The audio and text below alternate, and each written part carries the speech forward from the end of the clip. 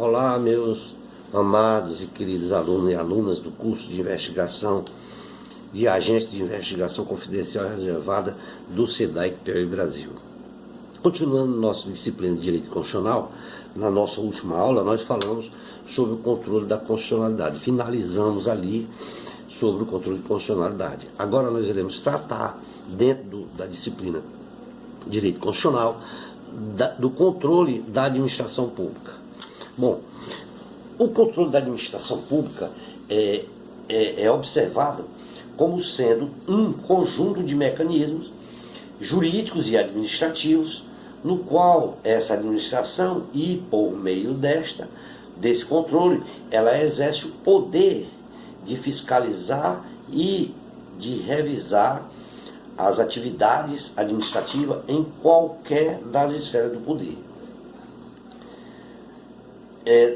Também se diz que desse controle tem o controle judicial da administração pública, que é a função do poder judiciário sobre os atos administrativos exercidos pelos três poderes: o executivo, o legislativo e o judiciário.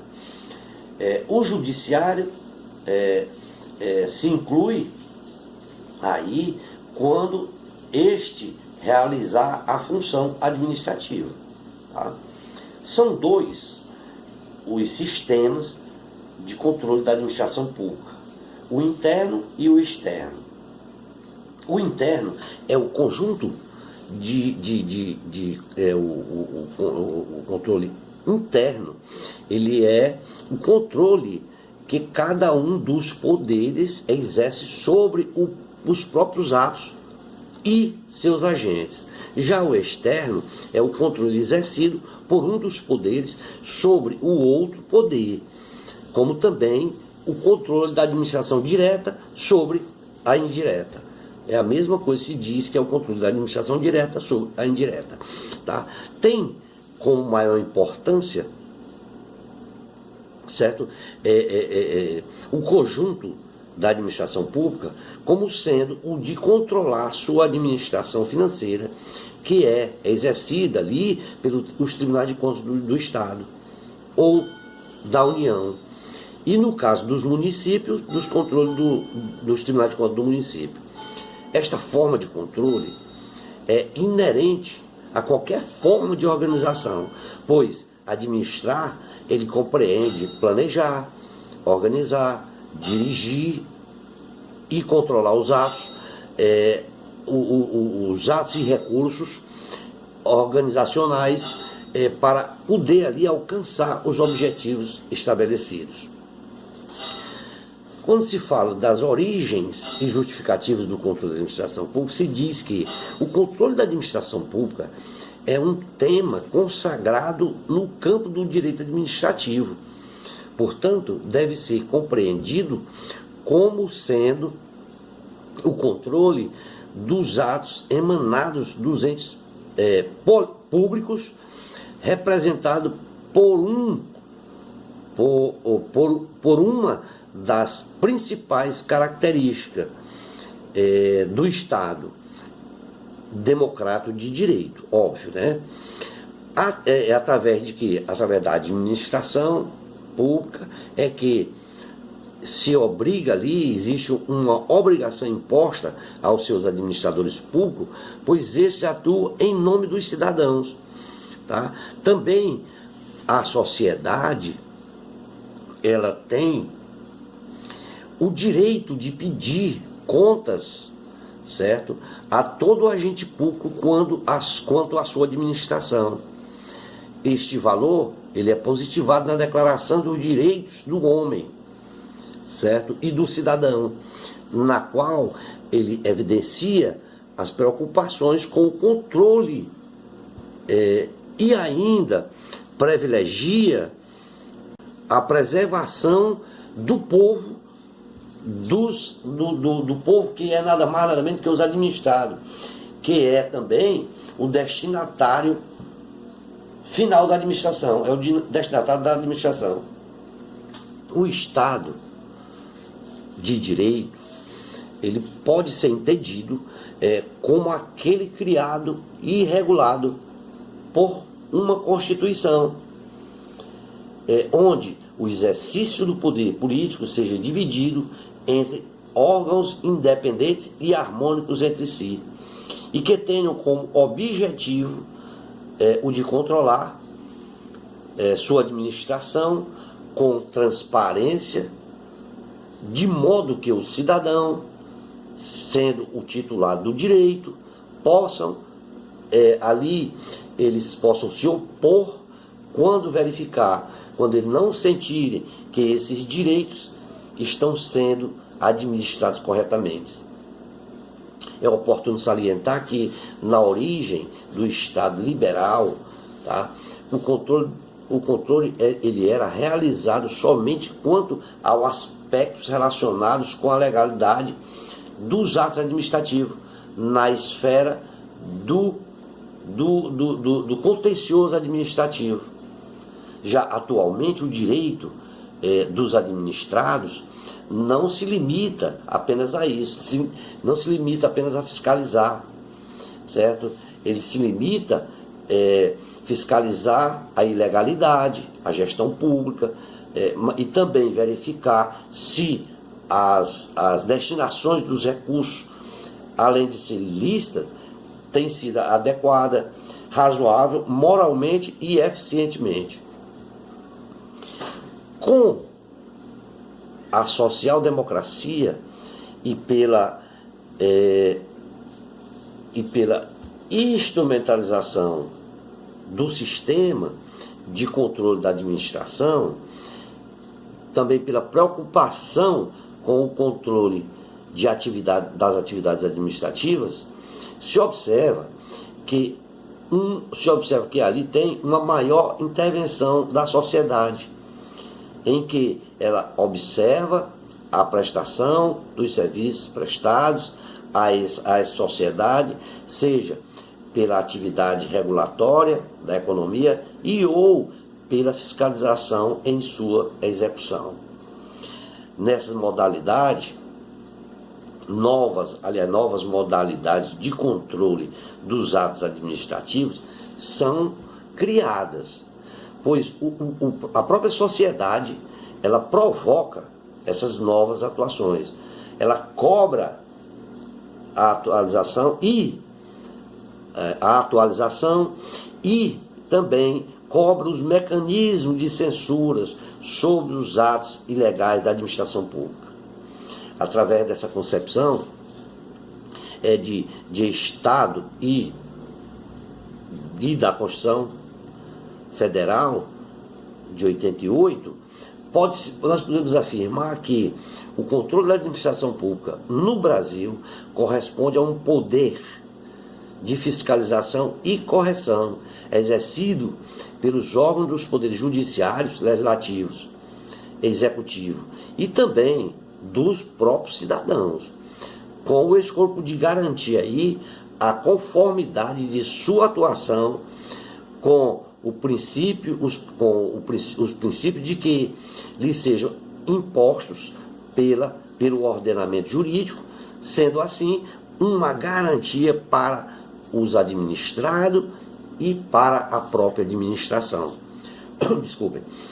Quando se fala de controle da administração pública e suas espécies, se diz que o controle da administração pública é o conjunto de mecanismos jurídicos e administrativos por meio dos quais se exercem o poder de fiscalização e de revisão da atividade administrativa em qualquer das esferas do poder.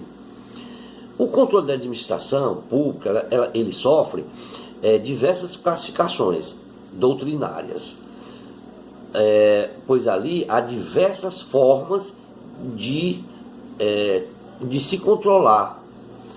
Em síntese, vamos tecer algumas.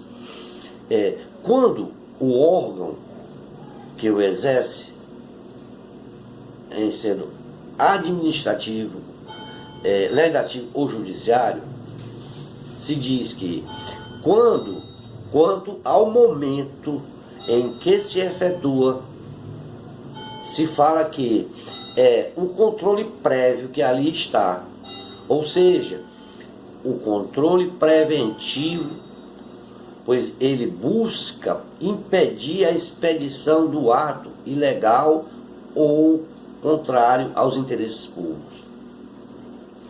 Também se fala do controle concomitantemente como sendo, tá, o exercício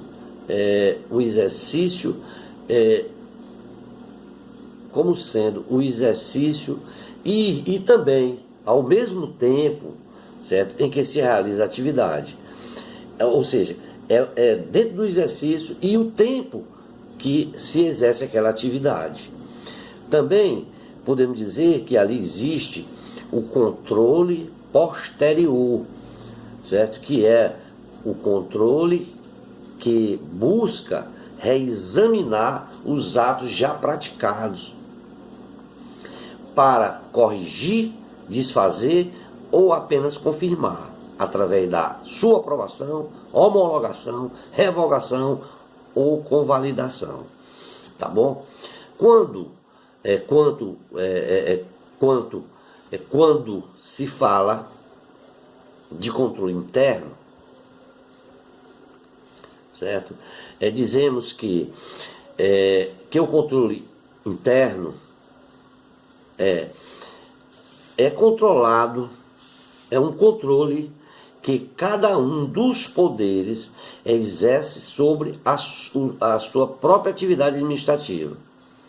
A própria administração ali, certo? A própria administração pública dispõe dos mecanismos de aferição de sua própria atividade. E quando se fala do controle externo, se diz que é um controle exercido por um dos poderes sobre o outro,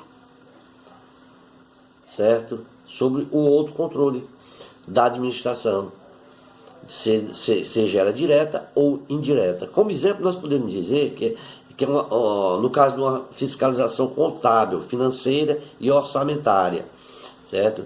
Que está ali previsto no artigo 71 da Constituição Federal, que ali prevê o controle externo a cargo do Congresso Nacional com o auxílio dos tribunais de contas. Então, quanto ao aspecto das atividades administrativas a ser controlada, deve-se falar do controle de legalidade, que é exercida pelos três poderes, tá? Como eu já falei. Podemos esses poderes como sendo o controle de mérito, que é exercida pela própria administração, tá? Cada um tem o seu poder. Interessante saber que os tribunais de contas enquadram-se no chamado controle legislativo sobre o aspecto financeiro e que pode ser interno ou externo. Isto porque ele se situa em administração diversa daquele onde a conduta ou o ato administrativo se originou. Devemos entender, então, que o controle financeiro sempre é exercido pelo Poder Legislativo e pelo Tribunal de Contas. Este controle, ele cuida da fiscalização contábil, financeira, orçamentária, operacional e patrimonial da União, sendo da União, dos Estados, do Distrito Federal e dos municípios. E também das entidades da administração direta e indireta. Quanto à legalidade, à legitimidade, à economicidade e à aplicação das subvenções e renúncias de receitas, conforme podemos ver, porque está previsto no artigo 70, caput, e 75 da Constituição Federal. De acordo com a Constituição Federal, prestará contas qualquer pessoa física ou jurídica que utilize, arrecade, guarde, gerencie, administre dinheiro, bens e valores públicos ou pelos quais a União responda, ou que, em nome desta, assuma obrigações de natureza pecuniária de acordo com o que se vê e que está previsto no parágrafo único do artigo 70 da Constituição Federal. Tá? Então, de acordo com ele prestará conta todas essas pessoas, tanto jurídica como física. O Tribunal de Contas, por determinação da Constituição Federal, certo? Ele exerce funções de um órgão auxiliar do Poder Legislativo, muito embora ele tenha competência constitucional própria, certo? Perfeitamente definida, que é perfeitamente definida e que tem um papel, e que seu papel é o de uma instituição constitucional autônoma. A sua competência nós podemos ver e está definido no artigo 71 da Constituição Federal. Da competência do Tribunal de Contas da União, os TCUs, certo? De acordo com a Constituição Federal de 88, certo? Foi conferido a eles o papel de auxiliar o Congresso Nacional no exercício do controle externo. As competências constitucionais privativas dos Tribunais de Contas da União, eles estão previstos ali no artigo 71 a 74 e 161 da Constituição Federal.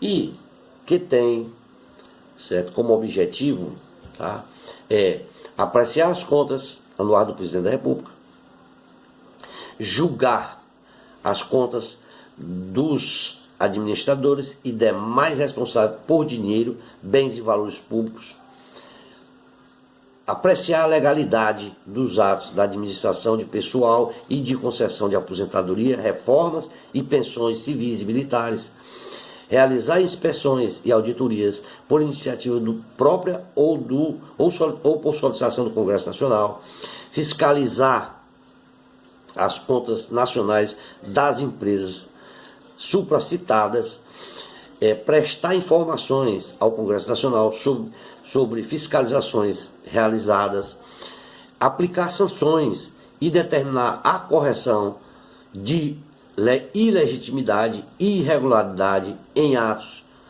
e em contratos, sustar, se não atendidos, a execução de ato impugnado, comunicando essa decisão à Câmara dos Deputados e ao Senado Federal, emitir pronunciamento conclusivo por solicitação da Comissão Mista Permanente de senadores e deputados sobre despesas realizadas sem autorização, apurar denúncias apresentadas por qualquer cidadão, partido político, associação ou sindicato sobre irregularidades ou ilegalidades na aplicação dos recursos federais, fixar os coeficientes dos fundos de participação dos estados, do Distrito Federal e dos municípios e fiscalizar a entrega dos recursos aos governadores estaduais e dos prefeitos municipais, além dessas atribuições previstas na Constituição. Várias outras têm sido conferidas aos tribunais de contas por meio de leis específicas, tá?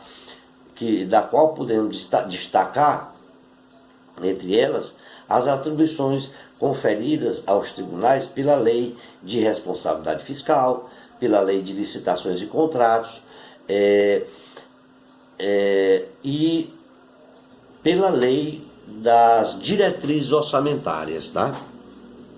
O Congresso Nacional edita ainda decretos legislativos com demandas específicas de fiscalização pelo Tribunal de Contas da União, especialmente de obras custeadas com recursos federais. Na hipótese de contrato, cabe ao Congresso Nacional, tá, a sustação do ato, que solicitará ao Poder Executivo as medidas cabíveis. Se o Congresso Nacional ou o Poder Executivo, no prazo de 90 dias, nenhuma providência adotar, o tribunal decidirá a respeito. A decisão do tribunal, da qual resulte na imputação de débito ou combinação de multas, torna ali a dívida líquida e certa, e tem eficácia como sendo título executivo. Tá? Neste caso, o responsável é notificado para, no prazo de 15 dias, recolher o valor devido. E se este responsável, após ter sido notificado, não recolher tempestivamente, certa importância devida, ele é formalizado ali um processo de cobrança executiva, o qual é encaminhada ao Ministério Público junto ao Tribunal para, por meio da Advocacia Geral da União, a AGU, ou das entidades jurisdicionadas do TCU, Tribunal de Contas da União, promover a cobrança judicial da dívida ou o arresto dos bens. O Congresso ainda, sim, dispõe o artigo 71 que o TCU, Tribunal de Contas da União, deve apresentar ao Congresso Nacional trimestralmente, anualmente, relatório de suas atividades, como já falei antes. Tá? Quanto ao funcionamento do Tribunal de Contas da União, dizemos que o Tribunal de Contas da União é um tribunal administrativo que julga as contas de administradores públicos e demais responsáveis por dinheiro, bens, valores públicos federais, bem como as contas de qualquer pessoa que der causa e perda, extravio ou outra irregularidade de que resulte prejuízo ao erário público. Tal competência administrativa judicante está prevista no artigo 71 da Constituição Brasileira. Tá? Esse tribunal, ele também é conhecido como uma corte de contas. É um órgão colegiado. Ele compõe-se de 9 ministros, 6 deles são indicados pelo Congresso Nacional, 1 pelo Presidente da República e 2 escolhidos entre auditores e membros do Ministério Público, que funciona junto ao Tribunal. Suas deliberações são formadas em regra pelo plenário, a instância máxima, ou, nas hipóteses cabíveis, por uma das câmaras. Nas sessões do plenário e das câmaras, é obrigatória a presença de um representante do Ministério Público junto ao tribunal, porque trata-se de órgão autônomo e independente, cuja missão presencial é a de promover a defesa da ordem jurídica. Este tribunal, ele compõe-se de um procurador-geral, 3 subprocuradores gerais e 4 procuradores nomeados pelo Presidente da República, entre os concursados com título de bacharel em Direito. Para desempenhar, para que seja desempenhada a missão institucional desse tribunal, o tribunal ele dispõe de uma secretaria que tem como finalidade a de prestar o apoio técnico necessário, agrupado das seguintes formas: a forma fiscalizadora, consultiva, informativa, judicante, sancionadora, corretiva, normativa e de ouvidoria. Tais normas, que dizem respeito à União, são aplicáveis no que couber à organização, composição e fiscalização dos tribunais de contas dos estados, do Distrito Federal, bem como dos tribunais de contas municipais. Nós podemos ver no artigo 75 da Constituição Federal, onde prevê todas essas, o que eu acabei de falar. Os tribunais de contas estaduais, eles possuem uma composição diferenciada. A Constituição Federal prevê que serão compostos de sete conselheiros, cuja escolha segue o modelo traçado pela escolha dos membros do Tribunal de Contas da União. Junto a esse Tribunal de Contas, também atua o Ministério Público, que além de fiscal da lei, defende os interesses do erário público, se manifestando nos processos, a serem apreciados por aquela corte. Em sede de Tribunal de Contas da União e do Distrito Federal, nos quais mantém Secretaria de Controle Externo, no caso das capitais, dos estados, cabendo o órgão acompanhar as entidades federais, bem como fiscalizar a aplicação dos recursos transferidos pela União aos estados e aos respectivos municípios. Em regra, é de que o Estado só pode fazer o que está escrito na lei, enquanto a iniciativa privada ela pode fazer tudo o que não é proibido pela lei. Daí a importância do Poder Legislativo legislar visando uma gestão transparente e eficaz. As consequências de uma gestão ineficiente, ela traz repercussões nos diversos setores da vida nacional, pois essas gestões ineficientes, elas influenciam no fluxo de investimento, no crescimento econômico, na qualidade dos servidores públicos, nos índices de desenvolvimento social, dentre outros. Pois talvez podemos dizer que talvez o mais grave problema seja não só isso que acabamos de falar, mas seja também o impacto sobre a credibilidade das instituições democráticas, que, uma vez enfraquecidas, abre espaço para desordem, insegurança e até mesmo a criminalidade. Ciente desses indesejáveis efeitos, existem dois desafios a serem enfrentados. Um se impõe ao administrador público buscar uma moderna forma de prestação de contas aos seus administrados e expor de forma fidedigna as informações a serem divulgadas de modo que seja compreensível não apenas por técnicos, mas principalmente por qualquer cidadão que é o autêntico interessado na gestão.